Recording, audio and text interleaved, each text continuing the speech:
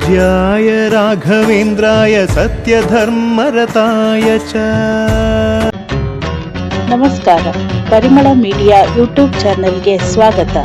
ನಾವು ಹಿಂದಿನ ಸಂಚಿಕೆಯಲ್ಲಿ ಕನಕಾಚಲ ಭಟ್ಟರು ಶ್ರೀ ವಿಜಯೇಂದ್ರ ತೀರ್ಥರಲ್ಲಿ ತಾವು ಮಠವನ್ನು ತೊರೆದು ಬೇರೆ ಊರಿಗೆ ಹೋಗಲು ಅಪ್ಪಣೆ ಕೇಳಿದ ವಿಚಾರ ತಿಳಿದುಕೊಂಡಿದ್ದೆವು. ಈಗ ಕನಕಾಚಲ ಭಟ್ಟರಿಗೆ ಶ್ರೀ ವಿಜಯೇಂದ್ರ ತೀರ್ಥರು ದೊಡ್ಡ ಗುರುಗಳ ಅಪ್ಪಣೆಯಂತೆ ಕಾವೇರಿ ಪಟ್ಟಣಕ್ಕೆ ಹೋಗಿ ಅಲ್ಲಿನ ವಿದ್ಯಾಪೀಠವನ್ನು ನೋಡಿಕೊಳ್ಳುವ ಜವಾಬ್ದಾರಿಯನ್ನು ವಹಿಸುತ್ತಾರೆ. ಶ್ರೀ ವಿಜಯೇಂದ್ರ ತೀರ್ಥರ ಮಾತನ್ನು ಕೇಳಿ ಹೇಗಾದರೂ ಸರಿ ಗುರುಗಳಿಂದ ದೂರವಾಗಲು ಗುರುಗಳಿಂದಲೇ ಅಪ್ಪಣೆ ದೊರೆಯುತ್ತಲ್ಲ ಎಂದು ಕನಕಾಚಲ ಭಟ್ಟರು ಮನದಲ್ಲಿ ಅಂದುಕೊಂಡು ಗುರುಗಳಿಗೆ ನಮಸ್ಕರಿಸಿ ಅಲ್ಲಿಂದ ಹೊರಡಲು ಸಿದ್ಧರಾದಾಗ ಶ್ರೀ ವಿಜಯೇಂದ್ರ ತೀರ್ಥರು ಇನ್ನೊಂದು ಮುಖ್ಯವಾದ ವಿಚಾರ ಕನಕಾಚಲರೇ, ಕಾವೇರಿ ಪಟ್ಟಣಕ್ಕೆ ನೀವು ಮತ್ತು ನಿಮ್ಮ ಧರ್ಮಪತ್ನಿ ಮಾತ್ರ ಪ್ರಯಾಣ ಬೆಳೆಸಬೇಕು. ತಿಮ್ಮಣ್ಣ ಇಲ್ಲೇ ಇರುವಂತೆ ಗುರುಗಳು ಆಜ್ಞಾಪಿಸಿದ್ದಾರೆ ಎಂದು ಹೇಳುತ್ತಾರೆ. ಗುರುಗಳ ಮಾತನ್ನು ಕೇಳಿ ಒಂದು ಕ್ಷಣ ಕನಕಾಚಲ ಭಟ್ಟರು ಆಶ್ಚರ್ಯಚಕಿತರಾಗುತ್ತಾರೆ. ಗುರುಗಳ ಮಾತಿಗೆ ಏನು ಉತ್ತರಿಸಬೇಕೆಂದು ತಿಳಿಯದೆ ಕನಕಾಚಲ ಭಟ್ಟರು ಚಡಪಡಿಸುತ್ತಾರೆ. ಕನಕಾಚಲ ಭಟ್ಟರ ಚಡಪಡಿಕೆಯನ್ನು ಕಂಡು ಶ್ರೀ ವಿಜಯೇಂದ್ರ ತೀರ್ಥರು, ಏಕೆ ಮಗನನ್ನು ಬಿಟ್ಟು ಹೋಗಲಾರದ ಮೋಹವೇ ಎಂದು ಕೇಳುತ್ತಾರೆ. ಈಗಲೂ ಮಾತನಾಡದೆ ಕನಕಾಚಲ ಭಟ್ಟರು ಮೌನದಿಂದಲೇ ಗುರುಗಳನ್ನು ನೋಡುತ್ತಾರೆ. ಆಗ ವಿಜಯೇಂದ್ರ ತೀರ್ಥರು, ತಿಮ್ಮಣ್ಣನಿಗೆ ಉನ್ನತ ವಿದ್ಯಾಭ್ಯಾಸದ ಅವಶ್ಯಕತೆ ಇದೆ. ಇದಕ್ಕೆ ಎಲ್ಲ ಸಿದ್ಧತೆಗಳು ನಡೆದಿದೆ. ಅವನ ಭವಿಷ್ಯದ ಜೊತೆಗೆ ನಮ್ಮ ಆಶಯವೂ ಇಲ್ಲಿದೆ. ಹಾಗಾಗಿ ಈ ತ್ಯಾಗಕ್ಕೆ ನೀವು ಸಿದ್ಧರಾಗಬೇಕಾಗಿರುವುದು ಅನಿವಾರ್ಯ ಕನಕಾಚಲರೇ ಎಂದು ಹೇಳುತ್ತಾರೆ. ಗುರುಗಳ ಮಾತನ್ನು ಕೇಳಿ ಕನಕಾಚಲ ಭಟ್ಟರಿಗೆ ದುಃಖವೇ ಉಕ್ಕಿ ಬರುತ್ತದೆ. ಆದರೂ ದುಃಖವನ್ನು ಸಹಿಸಿಕೊಂಡು ಗುರುಚಿತ್ತ, ನಾನಿನ್ನು ಬರುತ್ತೇನೆ ಗುರುಗಳೇ ಎಂದು ಹೇಳಿ ಗುರುಗಳಿಗೆ ನಮಸ್ಕರಿಸಿ ಅವರ ಆಶೀರ್ವಾದ ಪಡೆದು ದುಃಖದಿಂದಲೇ ಕನಕಾಚಲ ಭಟ್ಟರು ಅಲ್ಲಿಂದ ನಿರ್ಗಮಿಸುತ್ತಾರೆ. ಗುರುಗಳು ಹೇಳಿದ ಮಾತನ್ನು ಪತಿಯಿಂದ ತಿಳಿದುಕೊಂಡ ಲಕ್ಷ್ಮೀದೇವಿಗೆ ಆಶ್ಚರ್ಯದ ಜೊತೆಗೆ ದುಃಖವೂ ಆಗುತ್ತದೆ. ತಿಮ್ಮಣ್ಣನನ್ನು ಇಲ್ಲೇ ಬಿಟ್ಟು ನಾವು ಕಾವೇರಿ ಪಟ್ಟಣಕ್ಕೆ ಹೋಗುವುದೇ ಎಂದು ದುಃಖದಲ್ಲಿ ಲಕ್ಷ್ಮೀದೇವಿ ಕೇಳುತ್ತಾಳೆ.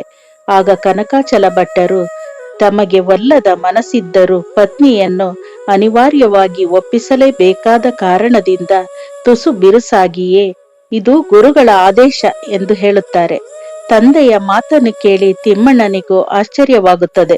ಮಠದಿಂದ ದೂರವಾಗಿ ಸ್ವತಂತ್ರ ಬದುಕನ್ನು ನಿರ್ವಹಿಸುವ ನಿರ್ಧಾರ ನಿಮ್ಮದಾಗಿತ್ತು. ಆದರೀಗ ನೀವು ಹೇಳುತ್ತಿರುವುದೇನು? ಗುರುಗಳು ಆದೇಶಿಸಿರುವುದೇನು? ಅವರ ಅಪ್ಪಣೆಯಂತೆ ಕಾವೇರಿ ಪಟ್ಟಣಕ್ಕೆ ಹೋಗಬೇಕೆಂದರೆ ಒಪ್ಪಬಹುದು. ತಿಮ್ಮಣ್ಣನನ್ನು ಬಿಟ್ಟು ಹೋಗುವುದೆಂದರೆ ಮಗನನ್ನು ಬಿಟ್ಟು ಹೋಗಲು ಆ ಕ್ಷಣಕ್ಕೆ ನೀವು ಒಪ್ಪಿಬಿಟ್ಟೀರಾ? ಇದಕ್ಕೆ ನನ್ನ ಸಮ್ಮತಿ ಇಲ್ಲ ಎಂದು ದುಃಖದಿಂದಲೇ ಹೇಳುತ್ತಾ ಲಕ್ಷ್ಮೀದೇವಿ ತಿಮ್ಮಣ್ಣನ ಹತ್ತಿರ ಹೋಗಿ ಮಗನನ್ನು ಅಕ್ಕರೆಯಿಂದ ಅಪ್ಪಿಕೊಂಡು ದುಃಖಿಸುತ್ತಾಳೆ. ತಿಮ್ಮಣ್ಣನನ್ನು ಅಗಲಿ ಹೋಗುವುದೆಂದರೆ ನನ್ನಿಂದ ಆಗದು. ನಾನು ಬರಲಾರೆ. ದಯಮಾಡಿ ನನ್ನ ಮಗನಿಂದ ನನ್ನನ್ನು ದೂರ ಮಾಡಬೇಡಿ. ಆ ಶಿಕ್ಷೆ ನಾನು ಅನುಭವಿಸಲಾರೆ ಎಂದು ದುಃಖಿಸುತ್ತಾ ಪರಿಪರಿಯಾಗಿ ಪತಿಯನ್ನು ಬೇಡುತ್ತಾಳೆ. ಪತ್ನಿಯ ದುಃಖವನ್ನು ಕಂಡು ಕನಕಾಚಲ ಭಟ್ಟರಿಗೂ ಮನ ಕಲುಕುತ್ತದೆ. ಅವರು ದುಃಖದಿಂದಲೇ, ಲಕ್ಷ್ಮಿ, ತಿಮ್ಮಣ್ಣನನ್ನು ಇಲ್ಲೇ ಬಿಟ್ಟು ಕಾವೇರಿ ಪಟ್ಟಣಕ್ಕೆ ಹೋಗಲು ನನ್ನ ಮನ ಒಪ್ಪಿದೆ ಎಂದುಕೊಂಡಿದ್ದೀಯಾ? ಬೇರೆ ಯಾರೇ ಈ ಮಾತನ್ನು ಆಡಿದ್ದರೂ ಆದೇಶಿಸಿದ್ದರೂ ನಾನು ತಿರಸ್ಕರಿಸುತ್ತಿದ್ದೆ. ಆದರೆ ಈಗ ಅಪ್ಪಣೆ ಕೊಟ್ಟಿರುವುದು ಶ್ರೀ ವಿಜಯೇಂದ್ರ ತೀರ್ಥ ಗುರುಗಳು. ನಾವು ವಿಜಯನಗರದಿಂದ ನಿರ್ಭಾಗ್ಯರಾಗಿ ಬಂದಾಗ ಬದುಕು ನೀಡಿದ ದೇವರು. ನಮಗೆ ಮಗನ ಮೇಲಿರುವ ಪ್ರೀತಿ, ವಾತ್ಸಲ್ಯ, ಮಮಕಾರ ಅರಿವು ಅವರಿಗೂ ಇದೆ. ಹೀಗಿದ್ದು ತಿಮ್ಮಣ್ಣನನ್ನು ಇಲ್ಲೇ ಬಿಟ್ಟು ಹೋಗಿರೆಂದು ಆದೇಶಿಸಿದ್ದಾರೆಂದರೆ ಅದಕ್ಕೆ ಬಲವಾದ ಕಾರಣವೇ ಇರುತ್ತದೆ ಲಕ್ಷ್ಮಿ. ಅಪರೋಕ್ಷ ಜ್ಞಾನಿಗಳಾದ ಶ್ರೀ ಸುರೇಂದ್ರ ಗುರುಗಳ ಆದೇಶವನ್ನು ಶ್ರೀ ವಿಜಯೇಂದ್ರ ಗುರುಗಳು ಅನುಮೋದಿಸಿದ್ದಾರೆ. ಲಕ್ಷ್ಮಿ, ನಾವು ಹೇಳುವ ಮೊದಲೇ ನಮ್ಮ ನಿಲುವು ಗುರುಗಳಿಗೆ ತಿಳಿದಿದೆ ಎಂದರೆ ಅದು ದೈವ ಪ್ರೇರಣೆಯೇ ಇರಬೇಕು. ತಿಮ್ಮಣ್ಣ ಈಗ ಮಗು ಅಲ್ಲ, ಬೆಳೆದಿದ್ದಾನೆ, ದೊಡ್ಡವನಾಗಿದ್ದಾನೆ. ಸ್ವಂತವಾಗಿ ಆಲೋಚಿಸುವ ಸಾಮರ್ಥ್ಯ ಅವನಲ್ಲಿದೆ. ಅವನ ವಯೋಮಾನದ ಎಷ್ಟೋ ಮಕ್ಕಳು ಮಠದಲ್ಲಿ ಉಳಿದು ವಿದ್ಯಾಭ್ಯಾಸ ಮಾಡುತ್ತಿದ್ದಾರೆ. ಅವರೆಲ್ಲರೂ ತಂದೆ ತಾಯಿಗಳಿಂದ ದೂರವಿಲ್ಲವೇ? ಮನಸ್ಸು ಗಟ್ಟಿಗೊಳಿಸಿ ಗುರುಗಳ ಆದೇಶವನ್ನು ಪಾಲಿಸುವುದು ನಮ್ಮ ಧರ್ಮ, ಉಳಿದಿದ್ದು ದೈವೇಚ್ಛೆ ಎಂದು ಕನಕಾಚಲ ಭಟ್ಟರು ಹೇಳುತ್ತಾರೆ. ಪತಿಯ ಮಾತಿಗೆ ಲಕ್ಷ್ಮೀದೇವಿ ಸರಿ ಎನ್ನಬೇಕೋ ಇಲ್ಲ ಎನ್ನಬೇಕೋ ಎಂದು ಹೇಳಲಾಗದೆ ಪರಿತಪಿಸುತ್ತಾಳೆ. ಇಷ್ಟು ಹೊತ್ತು ಮೌನವಾಗಿ ತಂದೆ ತಾಯಿಗಳ ಮಾತನ್ನು ಕೇಳಿಸಿಕೊಳ್ಳುತ್ತಿದ್ದ ತಿಮ್ಮಣ್ಣ ಮೌನ ಮುರಿದು, ನನ್ನ ಬಗ್ಗೆ ಚಿಂತೆ ಬೇಡ, ಗುರುಗಳ ಆಜ್ಞೆಯ ಮುಂದೆ ನಮ್ಮ ನಡುವಿನ ಸಂಬಂಧಗಳು, ಬಯಕೆ, ಬೇಡಿಕೆ, ಆಸೆ, ಕನಸುಗಳೆಲ್ಲ ಗೌಣವಾಗಲೇಬೇಕು. ಅದಕ್ಕಾಗಿ ದುಃಖಿಸುವುದು ಬೇಡ.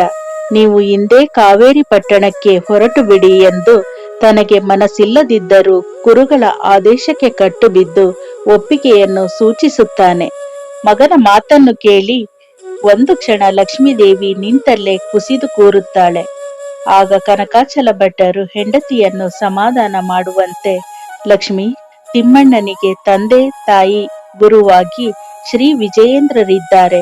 ಒಮ್ಮೆ ನಿರ್ಧಾರ ಮಾಡಿ ಆಗಿದೆ, ಈಗ ಅದನ್ನು ಬದಲಿಸಲಾಗದು ಎಂದು ತಮಗೆ ದುಃಖವಿದ್ದರೂ ತಮಗೆ ತಾವೇ ಸಮಾಧಾನ ತಂದುಕೊಂಡು ತಿಮ್ಮಣ್ಣನನ್ನು ಕರೆದು ತಾಯಿಯನ್ನು ಸಂತೈಸುವಂತೆ ಸೂಚಿಸುತ್ತಾರೆ.